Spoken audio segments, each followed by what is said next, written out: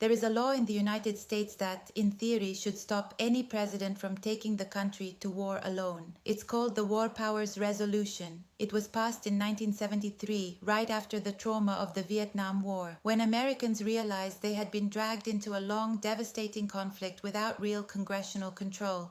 The rule sounds simple. The president can use military force, but must notify Congress within 48 hours. And after 60 days, the operation must stop unless Congress officially approves it. So problem solved? Not even close.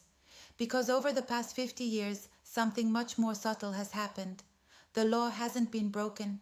It's been reinterpreted. How? By avoiding one single word: war. Instead, governments use terms like military operation, limited intervention, security mission, or defensive action. And just like that, the 60-day limit becomes flexible, almost irrelevant. Presidents from both parties have used this strategy.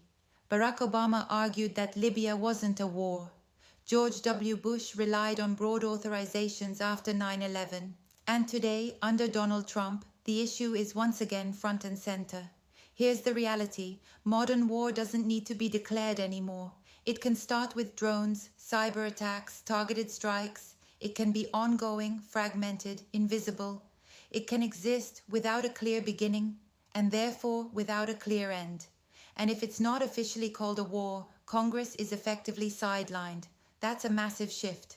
Because under the US Constitution, it's Congress that's supposed to declare war. But in practice, that power has gradually moved to the White House. So the real question today is no longer, is this war legal? The real question is, when does a war actually become a war? Because once you change the language, you change the rules. And we now live in a world where conflicts clearly exist, but often they don't even have a name.